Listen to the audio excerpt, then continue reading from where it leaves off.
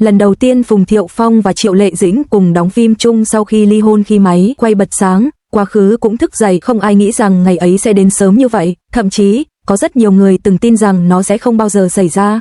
Bởi trong giới giải trí, việc hai người từng là vợ chồng, từng ly hôn trong im lặng rồi lại cùng xuất hiện trong một bộ phim là điều hiếm hoi đến mức gần như không tưởng. Thế nhưng, khi danh sách diễn viên chính thức được công bố, cái tên Phùng Thiệu Phong và Triệu Lệ Dĩnh đứng cạnh nhau, mọi định nghĩa về không thể bỗng chốc lung lay.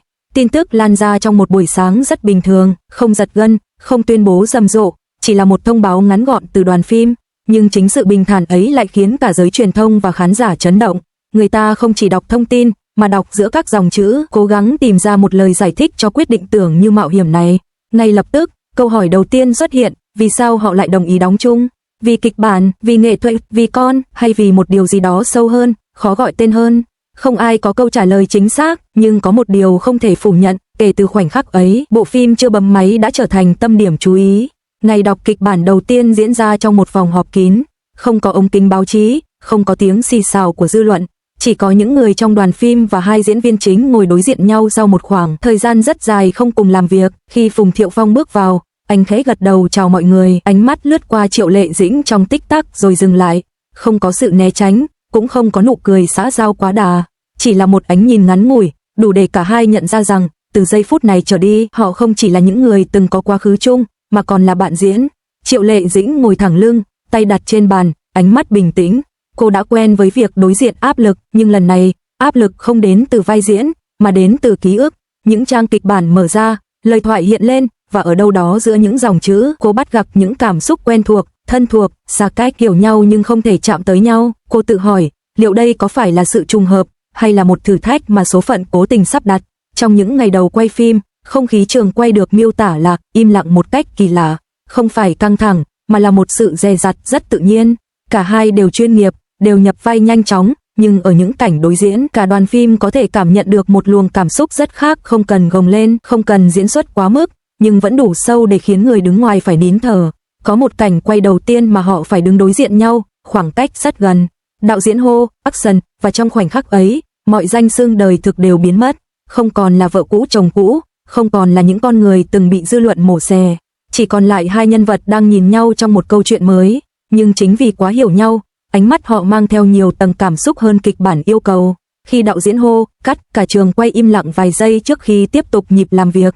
Những người trong đoàn sau đó thừa nhận chưa từng thấy hai diễn viên nào có sự ăn ý tự nhiên đến vậy, dù không hề bàn bạc nhiều trước cảnh quay. Có lẽ, sự ăn ý ấy không đến từ kỹ thuật mà đến từ quãng thời gian họ từng chia sẻ ngoài đời thực.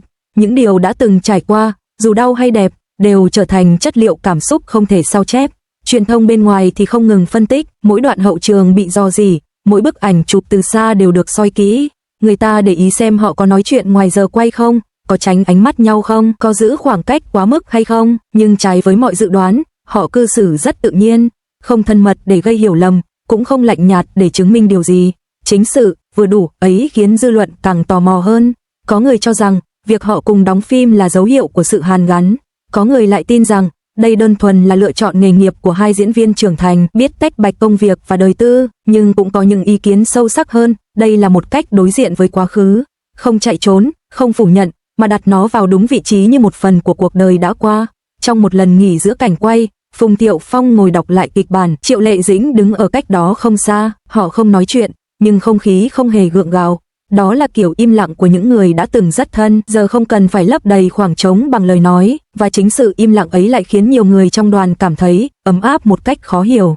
Khi bộ phim dần hoàn thành, sự mong đợi của khán giả ngày càng lớn, không chỉ mong đợi một tác phẩm chất lượng mà còn mong đợi cảm xúc thật sự mà hai diễn viên mang lại, bởi ai cũng hiểu, có những thứ không thể diễn, nó chỉ có thể xuất hiện khi hai con người thực sự từng yêu, từng tổn thương và từng học cách bước tiếp. Buổi họp báo ra mắt phim diễn ra trong ánh đèn rực rỡ.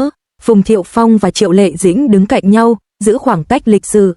Khi được hỏi về cảm giác lần đầu đóng chung sau ly hôn, cả hai đều trả lời rất chừng mực, không né tránh, cũng không đào sâu. Họ nói về kịch bản, về nhân vật, về sự chuyên nghiệp, nhưng trong ánh mắt, người tinh ý vẫn nhận ra một điều gì đó rất khác, một sự trân trọng lặng lẽ dành cho đối phương. Bộ phim lên sóng, những tập đầu tiên phát hành, phản hồi từ khán giả vượt ngoài mong đợi.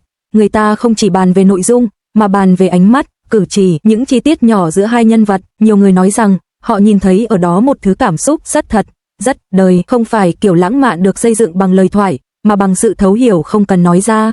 Có lẽ, lần hợp tác này không nhằm mục đích kể lại câu chuyện của chính họ, nhưng vô tình, nó lại khiến người xem suy ngẫm về tình yêu, hôn nhân và sự trưởng thành, rằng có những mối quan hệ, dù không còn tồn tại dưới hình thức cũ, vẫn có thể trở thành một phần đẹp đẽ của ký ức, và đôi khi, đối diện với quá khứ không phải để quay lại, mà để bước tiếp nhẹ nhàng hơn.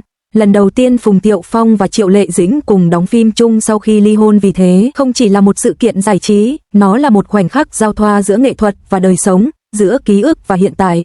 Và dù câu chuyện phía sau có được kể tiếp hay không, khoảnh khắc ấy vẫn đủ để khiến người ta tin rằng con người, khi đủ trưởng thành, có thể biến những điều từng đau thành một phần rất đẹp của nghệ thuật.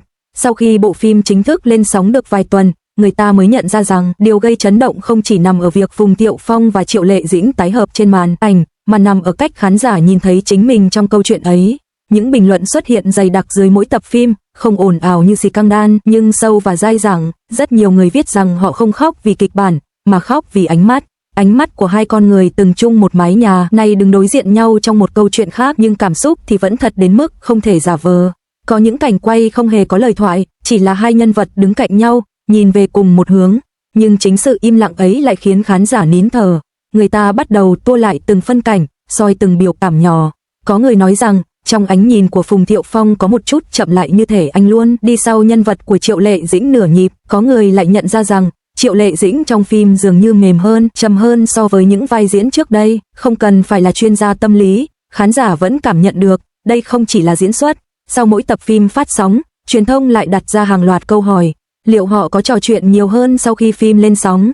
Liệu cảm xúc trong phim có ảnh hưởng đến đời thực? Nhưng cả hai vẫn giữ im lặng rất lâu, không phải vì né tránh, mà vì có những điều càng nói ra lại càng làm mất đi giá trị thật của nó. Sự im lặng của họ, theo một cách nào đó, trở thành câu trả lời rõ ràng nhất. Trong một buổi phỏng vấn hiếm hoi, đạo diễn của bộ phim từng nói một câu khiến nhiều người suy nghĩ, có những diễn viên cần rất nhiều kỹ thuật để diễn cảnh chia ly, nhưng với họ, chỉ cần đứng yên là đủ. Câu nói ấy không nhắc đến đời tư, nhưng ai cũng hiểu điều gì đã khiến sự đứng yên ấy có sức nặng đến vậy.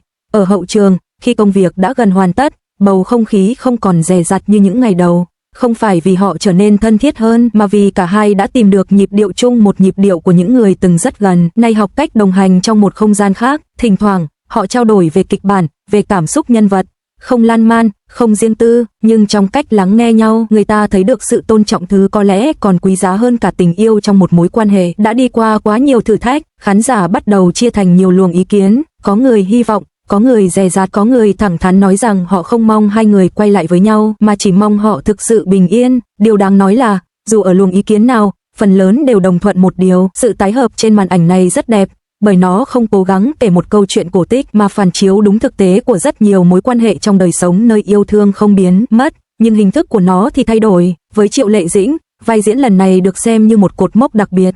Không phải vì độ khó của nhân vật, mà vì cô phải đối diện với chính những ký ức của mình trong quá trình nhập vai. Có những ngày quay kết thúc rất muộn, cô ngồi một mình trong phòng hóa trang, tháo lớp trang điểm, nhìn vào gương và thở dài rất khẽ. Không phải vì mệt, mà vì cảm xúc bị kéo căng suốt nhiều giờ. Nhưng sáng hôm sau, cô vẫn xuất hiện đúng giờ, bình tĩnh và chuyên nghiệp như mọi khi. Đó là cách cô lựa chọn để đối diện với quá khứ, không phủ nhận, cũng không để nó nhấn chìm mình. Còn Phùng Thiệu Phong, nhiều người nhận ra anh trầm hơn so với trước đây. Không còn những phát ngôn quá cảm tính, cũng không né tránh truyền thông. Anh chọn cách nói ít, làm nhiều. Trong những cảnh phim cần sự kìm nén, anh gần như không cần chuẩn bị quá lâu. Có lẽ, vì ngoài đời thực, anh đã quen với việc giữ cảm xúc lại cho riêng mình. Và chính sự kìm nén ấy, khi được đưa vào phim, lại trở thành điểm chạm mạnh mẽ với khán giả. Khi bộ phim đi đến những tập cuối, cảm xúc của người xem dường như cũng đạt đến cao trào. Không ít người viết rằng, họ xem phim này không phải để tìm một cái kết viên mãn, mà để học cách chấp nhận rằng có những mối quan hệ không đi cùng nhau đến cuối đời, nhưng vẫn để lại dấu ấn sâu đậm, và đôi khi, việc có thể đứng cạnh nhau một cách bình thản đã là một dạng hạnh phúc rất hiếm hoi.